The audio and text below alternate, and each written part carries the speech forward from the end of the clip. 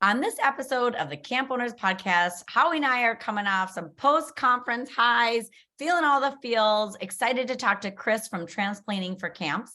In this conversation with Chris, we had an awesome discussion on how can camps move from being inclusive to belonging? How can we make those spaces belonging versus just inclusive? How can we look at our physical spaces and universal design? Suggestions for pronoun use at camp and for staff and campers, as well as staff training. So we hope that you found this as valuable as we did. We hope you have lots of great takeaways, and we can't wait to hear what you think. Enjoy.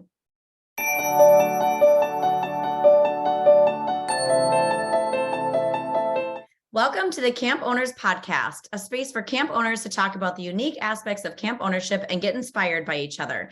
We are going to sit down with camp industry experts, leaders, and fellow camp owners to hear how the camp dream transpired for them, learn from each other, and discuss some of the biggest issues in the private camp industry.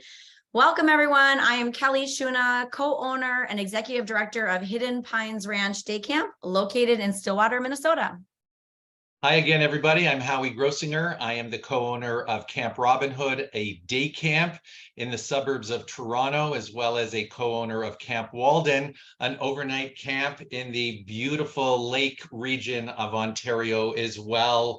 If you are looking to find and subscribe to the Camp Owners Podcast, you can either find us online at gocamp.pro/ownerspod or by searching for us in your favorite podcast app. Finally, if you're listening to this and think it would be useful to other camp owners or aspiring camp owners in your circle, please feel free to send them a note to listen. Hello, Kelly. It's so great to see you. Great to see you too, Howie. Look at us. It's like twice in a week after being together in Orlando. Well, this is it, folks. This was the second time that Kelly and I were physically in the same space in 3 years. We just both attended with our crew of staff in the ACA National Conference in Orlando, and coming back with incredible inspiration and incredible ideas. And so glad to be back and kick off this last part of our season with some great guests and great topics. We want to definitely give a shout out to our sponsor, Camptivities, one of our great sponsors. It's just really simple, folks. You end the call and your mind is spinning. Who can do my scheduling? Who will find the time to train those people, to explain all of the nuance and detail to make sure your schedules come out the right way? The only people who know anything about scheduling at your camp already have a lot on their plate. Does this mean a lot of late nights each week to get scheduling done? For most of us, yes. But you find Camptivities online, and as you click their link, you're already thinking, this would never, ever work for my camp. But you begin to explore it anyways. Group scheduling, camper scheduling, batch scheduling. That's the experience I had personally when I started to explore the use of Camptivities. And I have to tell you, it has been a game changer for us. Think about your organizational continuity and stop relying on one person to make your summer schedules. Don't wait. Start that onboarding right now. Give them a call at camptivities.com. They would be happy to set up a time to chat. Let Camptivities help you get away from your desk and back out to camp. Thanks to Ryan Rosen and his team at Camptivities for being one of our very generous sponsors of the show. And now on to our guest, Kelly. We're really excited and really grateful that Chris Rehs-Dupin has made time for us on this all-important topic, which for many of us in the camp owner space have been striving to work towards being in a really good spot to move towards how we can create a space of inclusion at our summer camps to a place of belonging for trans youth and staff at our camps. It is a topic that I know was so well addressed at the national conference and so well attended. And I think we're very lucky to have, I would consider the preeminent voice in this space to be able to teach us, give us tips, tricks, whatever it takes to be able to navigate this important topic. And what I have found to be so appealing about Chris's perspective on this is that he shows people like me, middle-aged white straight dudes, like how to just navigate this very necessary space to make camps everything it can be for everybody. So I'm grateful, Chris. I look forward to learning so much today, and we're happy to have you on the Camp Owners Podcast. Thank you. I'm so excited to be here. It was great to meet you both in Orlando, Florida as well. And yes, we had a great time showing up and talking about this topic. And pulling back from Orlando, I think one of the most important things that I noticed and want to share is that people are ready for this information. Our rooms were full. People are really thinking about how they can do this. So excited that this is the right time for the conversation to both be starting and kind of blossoming. So yes, hello. A little bit about me. Yes, please tell us. We typically go through the origin story of our guests. Give us some background on how we find ourselves together in this space today. Yeah, well, my name is Chris Rehs-Dupin. I use the pronouns he, him, his, and my camp origin story started as soon as I can remember. Summer camp was the thing when I was a kid that I loved more than anything. I would start packing my bags months ahead of time and unpack them and repack them and unpack them and repack them. Like I really lived that like 10 months to 2 months lifestyle of like really focusing on the summer. If anybody out there is my age, Salute Your Shorts was my favorite show, which is a Nickelodeon show about summer camp. I don't recommend any of their policies or procedures, but super entertaining. And then this strange thing happened that I got to kind of 6th grade and I decided I was going to be a professional soccer player. Well, spoiler alert, that didn't work out. But I stopped going to like traditional summer camp. And I started going exclusively to soccer camps. And I think it's one of the things that I don't have very many regrets in my life, but I do regret not kind of finishing out those teen years through a CIT program. But the good news was, as soon as I went to college, I played soccer for a year. We'll say it didn't work out. And I'm not a professional soccer player, but after my career as a soccer player, the first thing I wanted to do was get back to camp. And so my first summer after I was away for school, I found a camp to go to, YMCA Camp Piamingo, which is outside of Louisville, Kentucky, which is my hometown. And honestly, I wanted to go to camp because I love camp. And also I didn't want to move home with my parents for the summer because like I was ready for freedom. And that's so funny because like that freedom camp, right? Like we're working all the time, not as much freedom as one might think, but I fell in love. I fell in love with being at camp, with being with the kids, with having the fun and building community.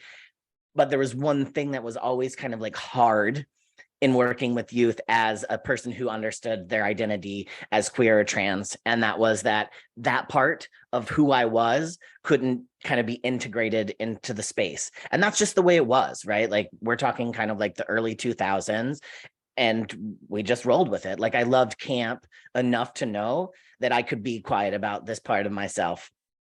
Well, 17 years later, and I was still working through being quiet about myself and reached a point where I had to have this kind of realization of like, what have I given up of myself when being told like, this isn't something that you can share? Because what happens is when you have to be quiet about something for long enough, you kind of start to not like that part of yourself.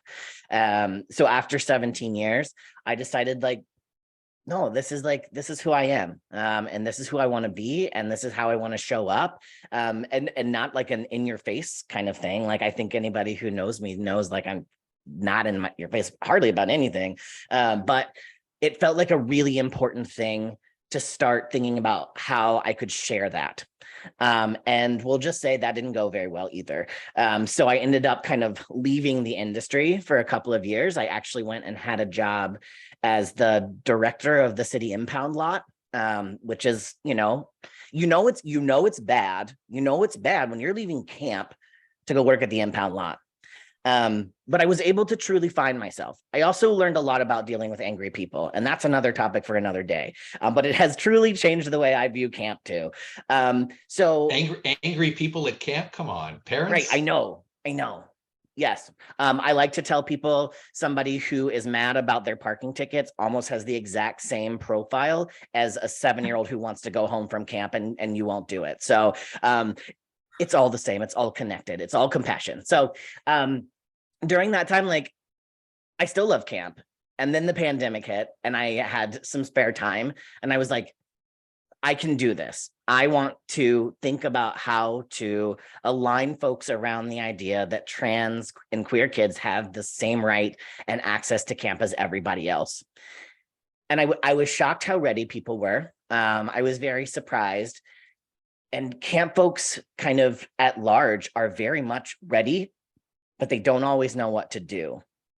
So that's been the majority of my work, is not convincing people that they need to do this, but that this is what it could look like. And we simplify it. And I refuse to kind of talk about it like it's controversial. Like, this is how you save someone if they're drowning. Da, da, da, da, da. This is how you make sure that someone's pronouns are used. Da, da, da, da, da. Right? Like, it can be the same amount of clarity once you get folks to the clear understanding of why it's important. So that's where I am now, loving every day. Excited about kind of the groundswell surrounding this work. And just loving the amount of change that's just kind of being put out into the world. It inspires me every day to continue showing up and having these hard conversations. I did not know that you worked at the city impound lot, and I'm not proud to say that I visited it twice one day in my freshman year of college when I moved from Bemidji to Minneapolis and didn't understand odd and even parking. That might not surprise you, Howie, because I do have time zone issues, but I also have even odd street issues. And that was an expensive mistake. But, thank you for being friendly to the people who are at the impound lot, like Chris. I love that. Look at all the things we learn here, Howie. I tell you. That was great. I think that was my favorite origin story from someone. I'm just going to put that out there. No offense to everybody else, but that was so interesting to hear, Chris, and give so much insight and how you got here. And I love that you came back. So thanks for coming back. And you are, like Howie said, I think you're a gift to the camp industry and what we need. And everyone's just talking about you. And I listened to you. So I really told Howie we need to get Chris on after listening to you at the Wake conference. So I even have my notes here and refer to them sometimes in conversations with parents. But I loved at Wake. What stuck with me, and it was, I think, my second or third time listening to, was the idea of camps moving from a place from inclusion to belonging.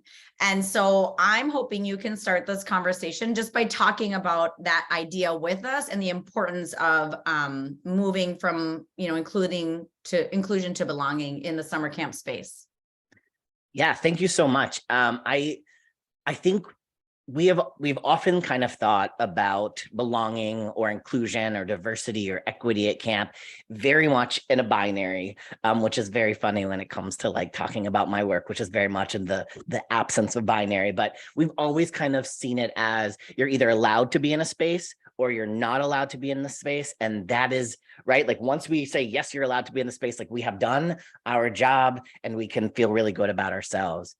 But what I've kind of come to understand is there's so much more that goes into building belonging besides just being allowed to be in the space. So when I think about, like, you're allowed to be here, I think, like, you're allowed to pay money. Like, you are allowed to pay us money and we will make sure you have a bed, right? Like, that is the bare minimum.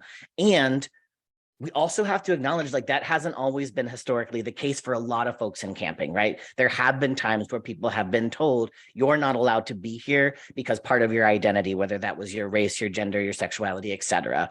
So you are allowed is a first step and not where we want to kind of end up.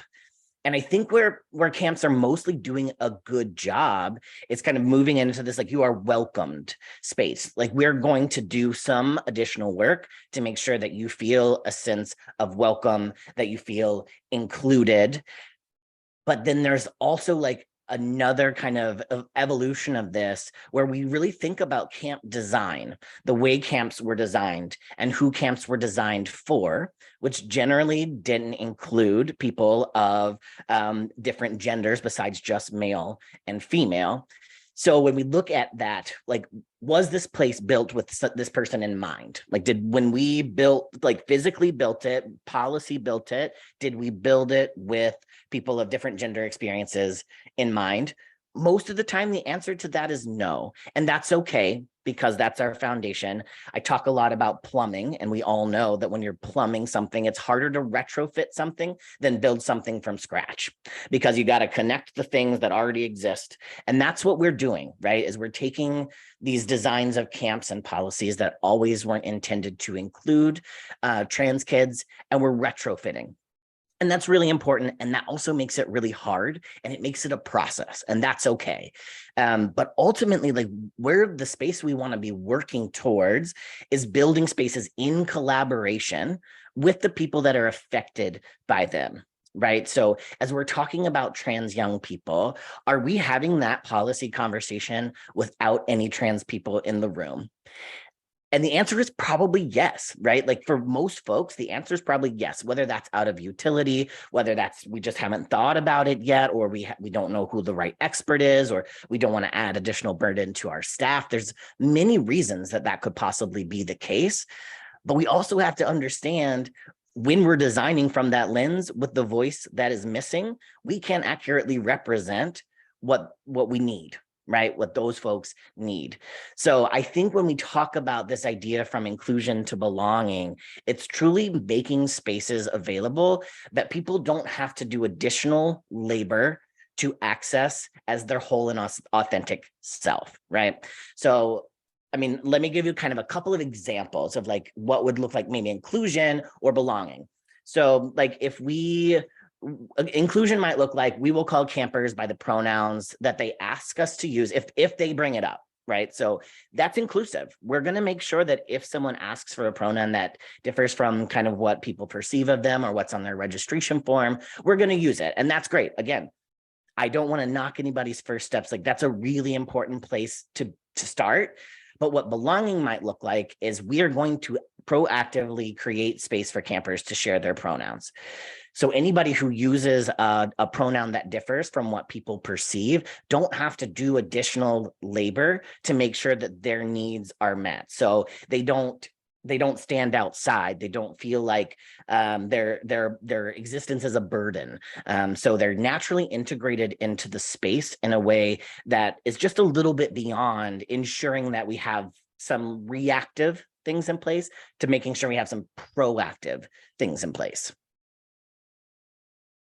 I really like the example you used as well when you talked about at Wake, where you said, especially bathrooms, not to say, oh, if you need a gender neutral bathroom, this is the one you can use, versus like, these bathrooms are open to everyone. Here's the bathrooms for everyone. And so they don't have to ask which bathroom they should use. That's just, this is for everybody. Here you go. Yeah. These are the bathrooms. And I think that one stuck with me as well. And I really liked that very much. I thought that was a great example of that.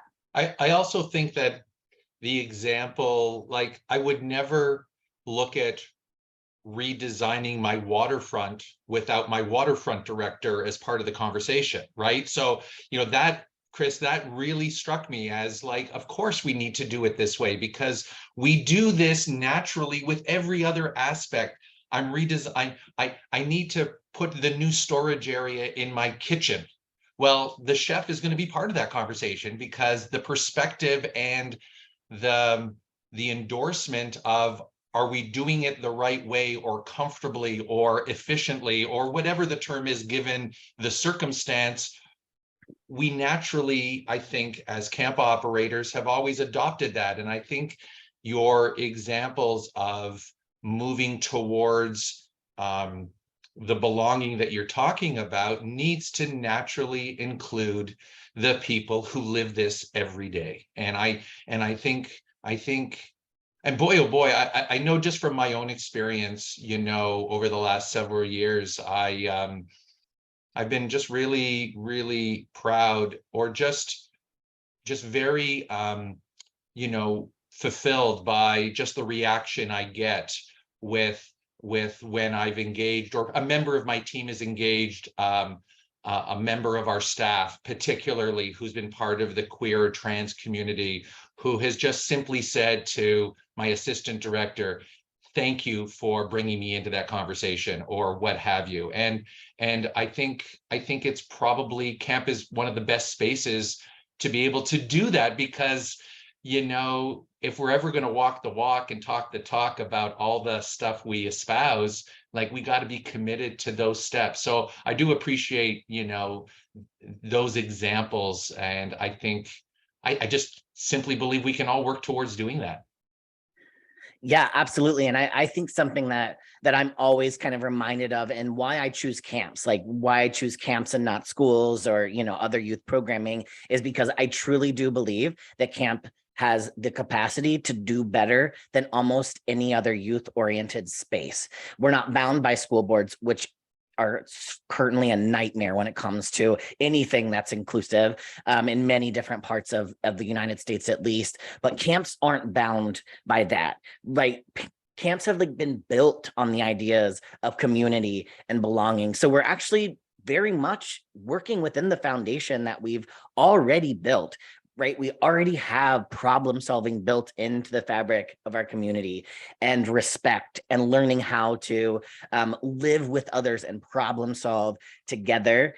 Like, that's foundationally what camp is, and something that is so essential for queer and trans kids right now, because we're looking at a very broken world when it comes to this. And I'm not going to get too into the heavy details of it, but queer and trans kids are currently getting a lot of messaging surrounding that they're dangerous to other people, that they can't even play sports, they can't use a bathroom, that they shouldn't have the right to access medication. And I think camp can be the space where, like, they know they're all right, like giving a baseline of safety and support. And listen, that doesn't mean that you have to have an entire like queer and trans support program, because what these kids want is to do archery just like everybody else. They're not rolling up trying to do trans archery. Like, what even is that? They just want to do archery. But to do that, we have to make some very intentional shifts, because at the baseline, what people need are like their essential needs met. And when we talk about essential needs, we're talking about safety, the ability to go to the bathroom, to eat food and drink water. And if you really think about the experiences of trans kids in the United States and in Canada today, those are some of the things that they're removed from. Like, bathrooms is one of the first things we talk about. And if you can't go to the bathroom safely, or if you're told that you're going to be a danger in a bathroom, you're not enjoying archery, right? Like, you can't do both. We also know that queer and trans kids historically end up with more urinary tract infections just because they don't go to the bathroom. Like, that is a physical thing that happens for our queer and trans young people.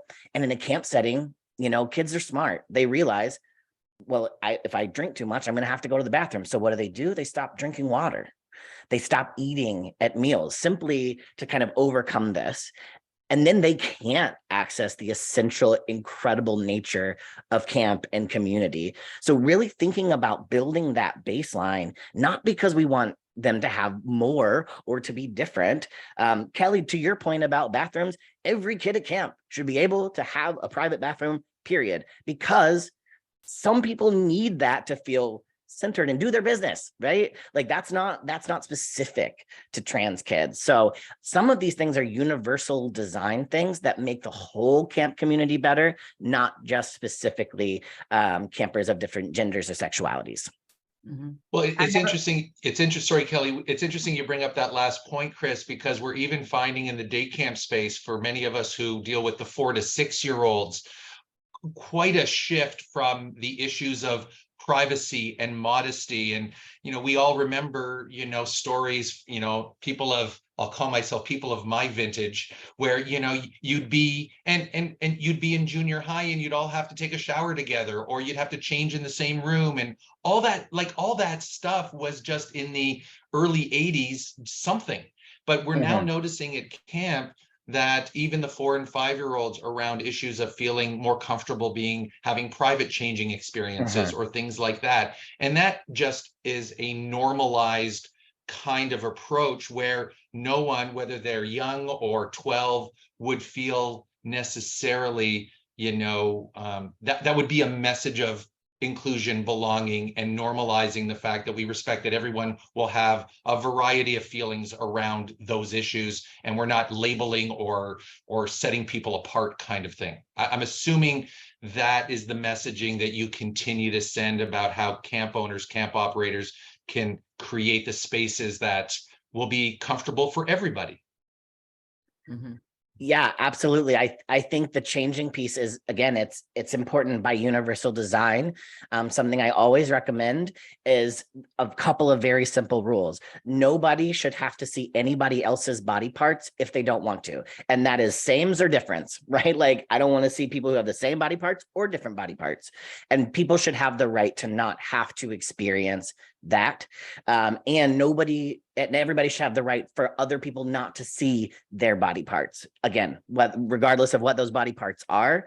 And that simple shift, I think does a lot when we come to like the fears that people usually present about like what will happen when we have a transgender girl in a cabin. Well, if we're doing all of the things by universal design that keeps everybody safe, respecting privacy, then we have no issue, right? Like, everybody can change in private. Nobody has to feel vulnerable in that space. Yeah, so it is a different world for sure. And again, one that I think is safer for everyone, kind of no matter their gender. But we all come to this question differently. Mm-hmm. Yeah, I've never been so grateful that we have porta pots as our main bathrooms at camp. I'm like, sweet, done. That works for me. Can I ask a best practice practical question? I think is on camp owners' mind.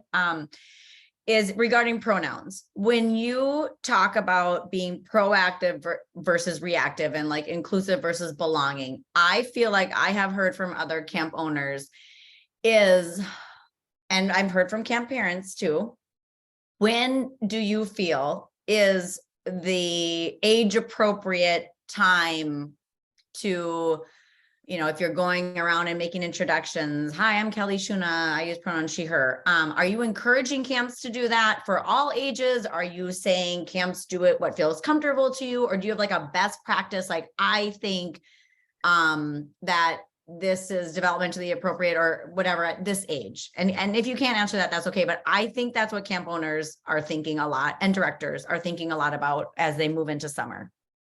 Yeah, absolutely. And I have to say, like, this is one of the top questions that I get. And there's tons of different schools of thought surrounding it, both inside the trans community and from outside the trans community. So a couple of kind of like baseline things in the DSM-5, the Diagnostic and Statistical Manual 5, we know from studies that people start to understand their own gender and form language around the time between 18 months and 3 years old. So generally, by the time somebody is between 3 and 4, they have an understanding of their gender identity, whether that is the right gender identity, right? Because we're pulling in things from other sources so we can understand that with patterns, but there's a stable sense of gender understanding around that time. So what that tells me is, like, kids do have the capacity to understand this very young. I have 2 kids, they are 6 and 8, and they have known what pronouns are since they were 2. And it has never been a problem. It's actually not very complicated when you boil it down to its essential parts. But also, that's because they live in our house where this is kind of like a cultural language that we speak. So then the question becomes, at what point is it culturally appropriate? And I don't mean appropriate in again, like, the pronouns are always appropriate because we learn them, whether or not we get to understand that we don't have to use the pronoun that was assigned to us. We know what pronouns are, again, from 3 or 4 years old. But I mean appropriate in is the introduction of pronouns at certain ages going to actually be more detracting from what we're here to do than it is to be beneficial to those who need to hear it? So again, I don't have quite all the answers, but what I generally recommend, if it is not a program where gender inclusive language is kind of the norm, for the youngest kids, I still recommend staff introducing themselves with their pronouns if they feel safe and comfortable to do so. And I'm talking about with your 4 to 6 year olds, right? Like they can understand that. I would not use the word pronouns. I generally switch over to like, what are your words? Your words are the thing that somebody uses about you when they don't want to use your name. For example, my name is Chris, and people would say he kicks the ball, right? So like, and that's it. That's the whole sentence. There's no PowerPoint. There's no lesson. Like there's no flyer sent home. Like just very simple. Kids are way smarter than we give them credit for. I think probably I would start really thinking about the introducing pronouns as an invitation for people to share around the time somebody's in like 4th grade. I think you can, again, depending on your community, you can do it a little bit younger. But if you really try to get a bunch of 5-year-olds in a circle and ask them to share their pronouns, that's going to be your whole morning. And that's not because anybody's closed-minded. That's because like, that's right. They just can't get there. And there's going to be so many questions that staff aren't really prepared to answer.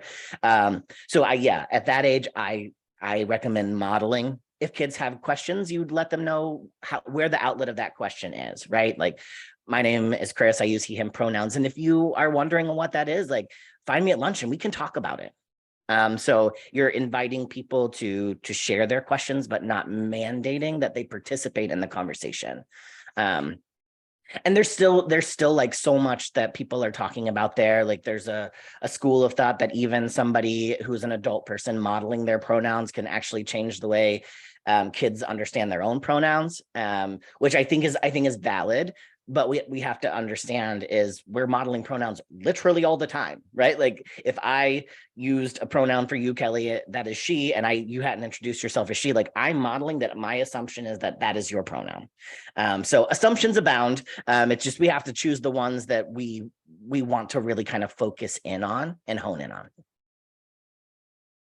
I wanted to move to sort of the desire for a camp owner to move in the direction of universal design, a camp owner who wants to lean in on considering changing their naming conventions of the junior girls unit or the inter boys or things of that kind, and not so much from the perspective of the internal change, because I think we can get our internal community to move towards that, but maybe just some thoughts on how we communicate that to, in a traditional camp environment, whatever we want to define as traditional. You typically would have a core group of returning families who may be legacy families who are used to things being called certain things. And we've done this with cultural issues and indigenous issues. On the topic of gender and moving towards more universal design in all of those things, could you just speak to some things you want us to think about in terms of communicating that to our parent group and trying to, obviously call out how we feel it's important, but also be sensitive to the fact that not everyone is ready to receive it in the way we hope they will. Does that make sense? I think that's something that I think is on the mind of a lot of camp owners.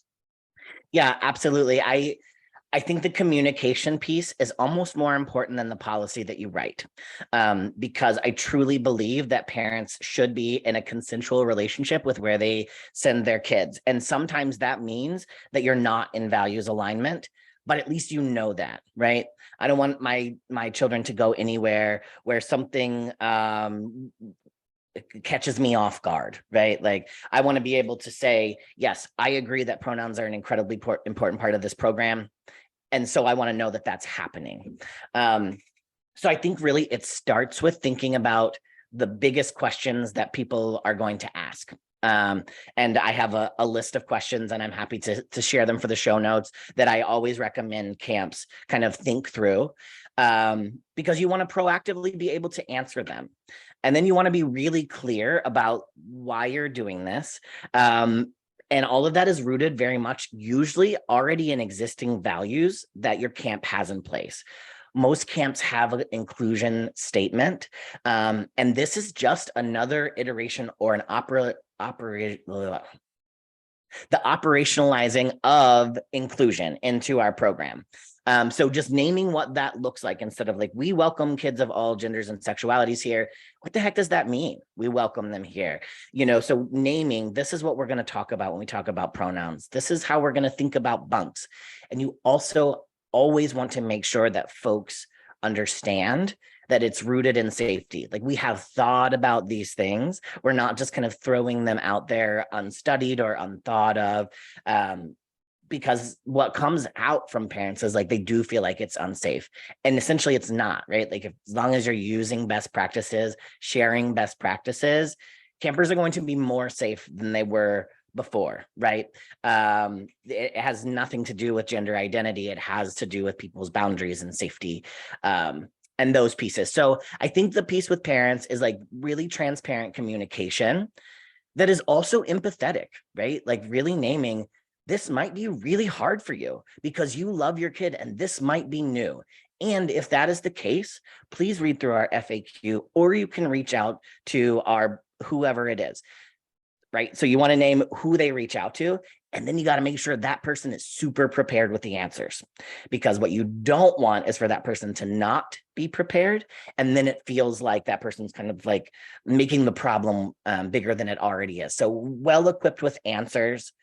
And the other recommendation that I always have is really decide at which point in a conversation that this parent is not coming with us. Like, at what point do you know? Like, we're not going to negotiate on this. Like, we have said this is what inclusion looks like. We've thought about it. We are standing on our values. And if this parent doesn't want to come along, that's okay, because their job is to keep their kids safe in the best way they see possible. Our job as camp directors are to keep the whole camp community safe in the ways we see possible. And sometimes that's not in alignment.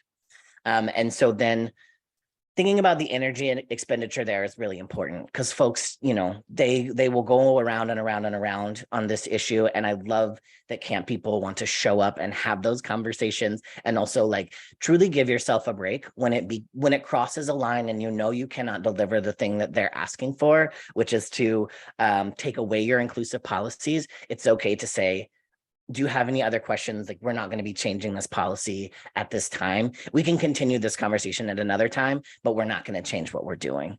And that's a really hard conversation to have.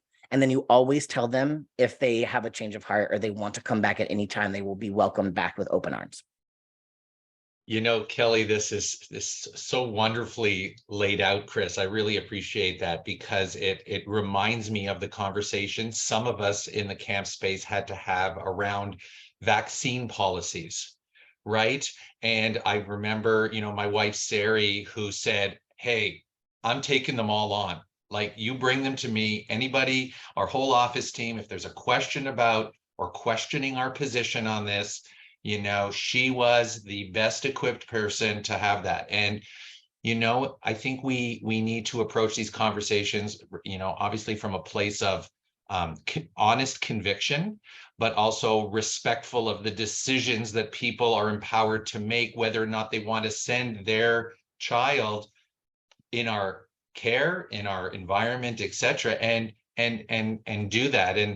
And I think that last year, for those of us who had to navigate that world, and admittedly, our public health service in Ontario and in Canada was much more conservative about a lot of protocols and policies. And we had to, consider the entire community in terms of the responsibilities we take on, and that we're willing to take on in the name of inclusion and belonging and safety and all the things that I think we're talking about. But your example of what you need to be prepared to talk about just reminds me of what I know our team had to deal with. And I'm sure people listening, may have been in the same boat. Yeah, I often liken the two, right? Like, we know how to have hard conversations when we put policies in place because of COVID. And essentially, it's the same thing. Like, we were really willing to do these things because we knew it would keep people safe in our community and alive, right? Like, we had the chance to do that as part of what we were standing up for. Trans inclusive policies are the exact same thing. Like, we truly have the capacity to create a community that will keep trans kids alive, because we know the suicide risks are astronomical, and it is a safety measure. Like inclusion isn't, I think we just have to start thinking about it as safety and not just as like this nice thing that we do to feel good about ourselves. And it's so good to feel good about ourselves, but it truly comes back to whether this person can access a safe space or not. I like that. Going, in the direction of, I love, like you said, the questions and those tools and resources that you can provide. I think that's so helpful in this space and for the individuals listening to this. So can we keep going in that direction and talk a little bit about, especially for resident camps, about looking at their bathrooms, cabins, how they group campers and cabins, and even for day camps, we do some tent overnights. And so, what are strategies for creating places of belonging when traditionally you have done male and female tents, right? So, and we came up upon that last year. Can we talk a little bit about that? I don't know if it helps to parse it down, but what comes to mind when I maybe ask you that question? Yeah, I think the first thing that I think folks should know is that we have always thought we had single gender spaces, and we haven't really. I went to Girl Scout camp my whole life, and that was not a single gender space because I was there, right? So like, even if we call it the girls side of camp and the boys side of the camp, it's not there, and we don't have the control to make sure that it is, right? So I think that's really, really important to acknowledge. So then what do you do with that information, right? Again, it's about defining appropriate boundaries. It's about defining how people behave in these spaces. So a couple of things that I always recommend is you have to have appropriate supervision in vulnerable spaces being showers, bathrooms, cabins, right? If we're not doing that, it doesn't matter. Again, the gender identities or the sexualities of the people in the space. We could have peer on peer interactions that we don't want to have, and we have, I think, I think because we're so reticent to admit that like girls can smooch each other, that like we haven't been supervising. So there's a lot of smooching that happens. So we want to make sure that we're appropriately supervising for everyone. The second piece of it is always defining single occupancy spaces. So shower stalls, bathroom stalls, and beds should be only one person at a time. And you have to tell the kids this, because when a 6-year-old boy misses his friends, he's crawling under the stall to say, when are you coming to my birthday party? And like, we have to be able to tell those kids, like, this is a private space. This is a private space, and it's only one person at a time. So the other piece of it is like making sure, again, that we're following camp's best practices for changing, again, with the rules that everybody should have the right to change in private and everybody should have the right not to see other people naked. And if we do all of those things, there really is no increased risk. First off, there's no increased risk, period, right? When we introduce transgender campers into a space, there is no increased risk. If there is risk, it was already there. So we should be addressing it anyways. I think those are some of the most important pieces to remind ourselves is we have this kind of cultural notion that as long as there's only boys here and as long as there's only girls here, nothing bad is going to happen. And that actually is a completely destructive thought, because that means we're not doing our work to make sure that bad things don't happen. And we don't want to talk about those pieces, but they are very much in existence. So adding just a couple more layers of policy and protection and training can lower the risk of peer on peer violence in all of its forms. I think those are some really great things for us all to consider moving forward. I wanted to just get some of your thoughts on, staffing our camps has become more challenging than ever. And I really just want to get your thoughts about some ideas you could share with us around the onboarding and the kind of things that we should be communicating to prospective staff about our commitment to belonging and acceptance and inclusion, things that as you said, in the camper space can just be applicable to everything we do, which is really the normalization of belonging, so that whatever whatever your life circumstance presents, that you can just identify with the fact that, hey, I'm coming to a space that's safe for me. I feel like, as someone who is predominantly responsible for recruiting and meeting new staff and returning staff, I've really tried to be as conscientious as possible about just, giving people a sense of what it's like to work here and how you can be supported. But I'm wondering, given the topic we're talking about, is there anything you'd really encourage us all to keep in mind when we're doing that? Yeah, I mean, I think there's a couple of really important things. I think that understanding that in the United States, at least, and I don't know the stats for Canada, trans folks are significantly underrepresented. Like our unemployment rate is 3 times higher than the average folks. And I think that there's obviously tons of reasons for that. It's hard to get hired anywhere. And it's hard to know that you're safe even to apply to something. So I think if we really truly want to build spaces of belonging, that we have to go to the people to tell them that they're safe to apply here. And you can do that through inclusion statements on your website. But again, like, think about, how do we go beyond, we don't discriminate based on gender identity or sexuality? Like, oh, great, right? Like, that's so great. I'm good work. But like, what does that look like? Like, where am I going to sleep? Am I going to be able to go to the bathroom? Like, how do I know I'm going to be safe in this space, in a world that tells me that, like, I'm, again, like, more of a threat than anything else? So I think thinking about the messaging surrounding that, I think ensuring that it's like apparent on your application, like if you do any application questions, ensuring that you have a really good question that is almost like, of course you want to know the answer to it, but it, like, even with the asking of the question, it'll show that you're serious about this, and also eliminate folks who might not be in alignment with your understanding of justice, equity, diversity, and inclusion. So, and then always, one of the easiest and best things to do is ensure you're asking about folks' pronouns prior to the interview, possibly not on the application. Like, I've heard like mixed messaging around, like, is that asking about like someone's sex, which you don't want to ask on an application. But if we don't ask, we're just going to assume based on our understanding. So maybe, like, as you're setting up the interview, like, I want to make sure that we're using the right pronoun for you. Can you share that with us if you feel safe and comfortable to do so?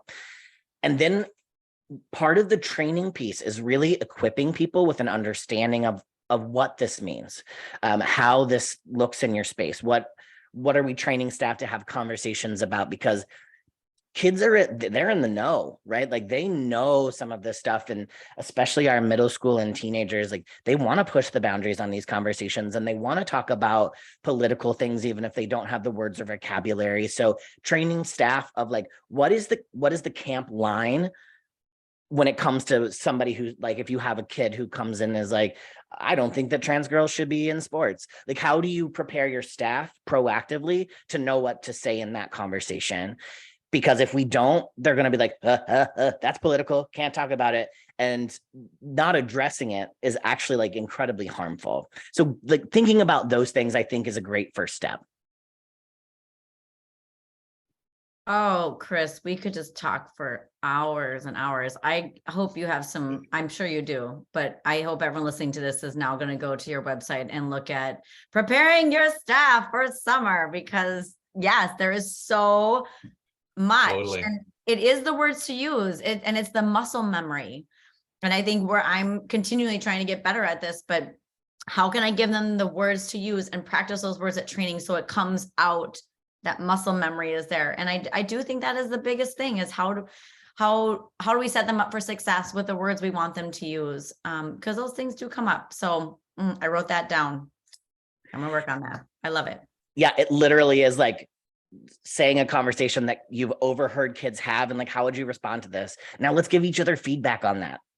Because this has been seen as such a controversial issue, people literally don't know what to say. So they say nothing because they don't want to get in trouble.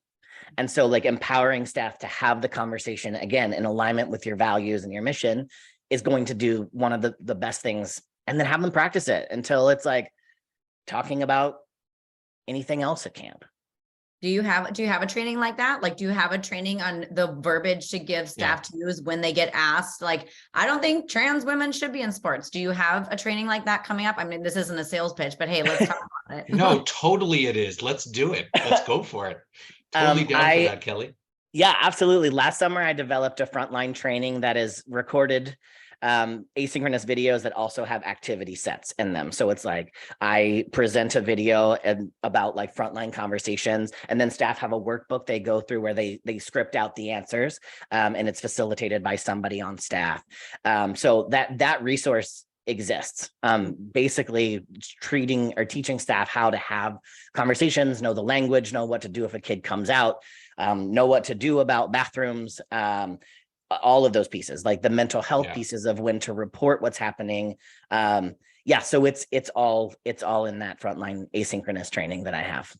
Okay. Because Awesome. like a lot of things at camp,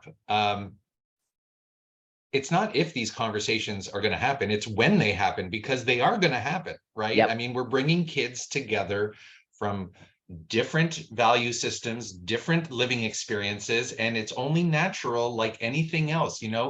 We talked so much for years, put downs may be just the way we talk in our family. So therefore it's okay to do put downs when you're with your friends. No, it's not. At camp, we don't do that. So we've addressed that issue of what is acceptable and not acceptable conversation. But to hide away from that, or to crawl away from having those, we are in a position totally to equip our staff with age appropriate responses, and to hear that, it's just not enough for Chris to say, hey, camp owners, let's these are the things you need to think about universal design or inclusion. But we've got our frontline staff, which is the hardest job in the summer, to have to navigate this. It's so wonderful to hear that we are in a position to equip them with that. So I appreciate that you've put the time in to do that, because I think it really is a question of, when it happens, because we equip our staff for so many other conversations because we know they're going to happen. We just got to accept the fact that these are going to happen as well. Mm-hmm. Yeah. Yeah. So good, Chris. So good. Again, we could talk forever, and Howie and I have a time problem because we always say we're not going to have the longest podcast ever. We do, but that's okay. Because this is so good. It's such good content. It's like our conversations in person, and we're like, okay, so we need to stop.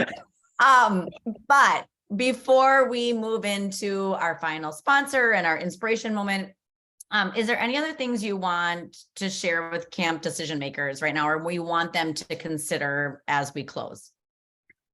Yeah, absolutely. I think number one, you're doing it, right? Like you're still here at the end of this episode, and that's amazing. And you're doing the lifts, you're doing all of the things, and like thinking about the ripple effect of the work that you'll put in to camp this summer, it keeps me inspired every day.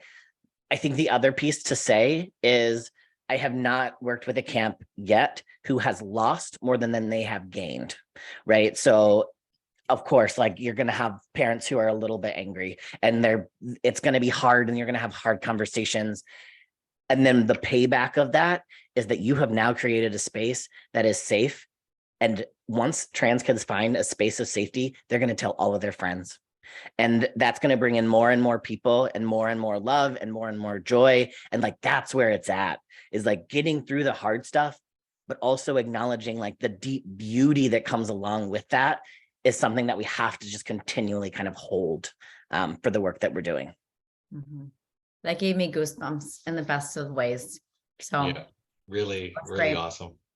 All right. Thank you, Chris. I appreciate that final thought about that. All right. So transitioning into our sponsor, Howie, I got to see the Camp Brain folks at the ACA conference. And you know what I love about them is they show up. They're always there. They're super friendly. I think they come as much as they can to everything. And they're just great people. So I think for me, when I think of Camp Brain, I think of, yes, phenomenal software, and they came from the camp industry and they want what's best for camp providers. But I also think they're great people. So I always liked, for me, to work with great people who have a great product that matters to me, versus someone has great product and maybe they're not so lovely, or they have some growth opportunity in the lovely. Oh, there you go. You can do better. So I'm a big proponent of Camp Brain. I think they're great. So if you are thinking about switching software, even maybe right now, doing some of that research and homework to do an implementation in the fall, Howie and I are big believers in Camp Brain. So we think you should reach out to them, or at least give it a second thought. They are at campbrain.com, or you can call 866-485-8885. And now our final moment of inspiration. We love ending this way. It's so much work, but I make Howie do it and he loves me for it. But I love to hear what people are inspired by, and he's laughing because he's like, it's so true, Kelly. But I love it. I love to hear what people are reading. Can I just interrupt for a second? Because That's we were all okay. together with in Orlando with Kelly's team. Chris and Maddie were there, and I was there with Sari and Jordana, and Chris saw how Kelly and I interacted and think that we're like brother and sister kind of conversations that go on. And she just labeled it at dinner, and it was just, and then everyone just said, yeah, that's pretty much the way it works.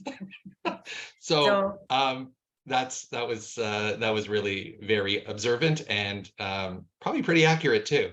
Yeah. So Howie does it for me because he cares about me, and that's what you do for the people you love and care about. So he does keep doing this, even though it's a pain in his derriere. But anyway, so yeah, I'm a sponger. I like to know what people are inspired by. So we're going to share something, and I will be a good role model, and I will start.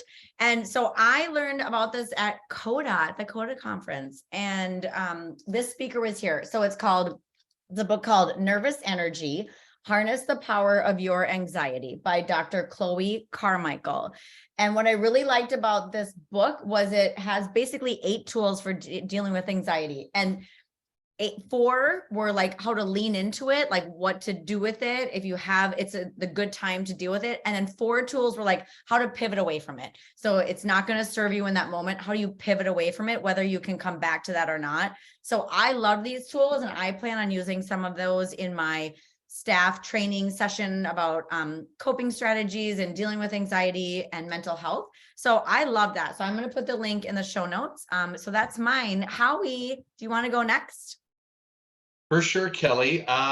Boy, so many thoughts in knowing that Chris was going to join us today. And one of the things we're working towards in terms of framing our own staff training is leaning into just kindness in just a very direct way. So many of our young people, many of who come to work at camp for us at our day camp, I would say 70% of the new people who come on board have never had camp. So what does kindness at camp look like? Or what does it sound like? And how are you perpetuating kindness? And I found this quote that I think is appropriate not only for that, but for this conversation. Be kind, for everyone you meet is fighting a battle you know nothing about. And it's from a website that I've leaned into a little bit as well, called Leadership First. I found it on my LinkedIn feed, and where else do you find good stuff? No. So Leadership First is the website, but I just really thought that this quote really captured what is on my mind as I get our team to start thinking about some of the fundamentals of training, but also just in the spirit of what we're talking about with Chris. I just thought it was so relevant because it doesn't take a lot to be kind, and I think it makes the world a difference. So anyhow, that's my inspo. So Kelly, even with you harping on me, I hope you feel I'm coming through for you on this one. Yes, Howie, I feel it. I feel the kindness, Howie. Chris, do you have something that you want to share? I do. I am a big TED talker. I try to listen to one every morning if I don't do anything else, and those days are much better. But one that truly changed the way I view the world, that I like literally try to make everybody listen to, that I know, so I hope some of you all actually do it, is The Gift and Power of Emotional Courage by Susan David. And the whole premise of it is how to live in discomfort, and how to like create a better world while living in discomfort. And I think, again, with our frontline staff, I think that our world, we're struggling with discomfort right now. Like staff don't want to be uncomfortable. And there's a beautiful amount of growth that we experience in discomfort. Susan David is so much smarter than me on this topic. So I'm just going to let her speak for herself. But it truly did change the way that I interact with the world. Awesome. I just looked it up and it's only 16 minutes and 39 seconds. So I'm going to link it in the show notes. So that's Amazing. That's great. I like that. That you're is really, really good. Mhm. This was like next level inspiration. No offense to previous guests and us, just I'm just saying, I thought this was very, can you tell we were all at a conference last week? Yep. Yep, for sure. We're feeling all the feels. We're feeling all the feels still. Yep, absolutely. So Chris, it's that point in the conversation where we all share of how people can get a hold of us and what's the best way to do that. So if people want to reach out to you, I know they can find you on the Summer Camp Society space and all the good stuff that you and that incredible team is doing. So huge shout out to Jack and Allison and the rest of the great people that I got to meet and hang out with last week. What's the most direct way to get a hold of you if they have questions or want some insight? Yeah, absolutely. The best place to get a hold of me is chris@transplaining.info. And you can find us online at transplainingforcamps.com. Amazing. Kelly and I really encourage everybody to take some time to check that out. Chris, you're such a change difference maker in this whole space. So want to thank you. Kelly, best way to get a hold of you? Email Kelly with a Y at hiddenpinesranch.com. And I always throw in there my personal Instagram is at kshuna3. What about you, Howie? First of all, Hidden Pines Ranch Instagram game, next level right now. So congratulations. Check it out. Camps, yeah, if you're that's checking Molly. it out. Shout out to Molly, not me. Shout out to my good people. Good stuff. You're doing some good stuff out there. There's a lot of good stuff out there on Instagram from a lot of camps. So check it out. But HPR, check it out. You can reach me on social at Howie Grossinger, or reach me directly by email at howie@camprobinhood.ca, not com, .ca for Canada. So check that out. Please don't forget that you can check out all of our show notes by going to the website and reaching out to us through gocamp.pro/ownerspod. You can find the resources that we mentioned. We're going to get Chris to share some of the resources that he offered to put in our show notes. So check that out. There's lots of good stuff from past shows of the Camp Owners podcast, but all the Go Camp Pro podcasts, which are so amazing. So we hope you enjoyed this.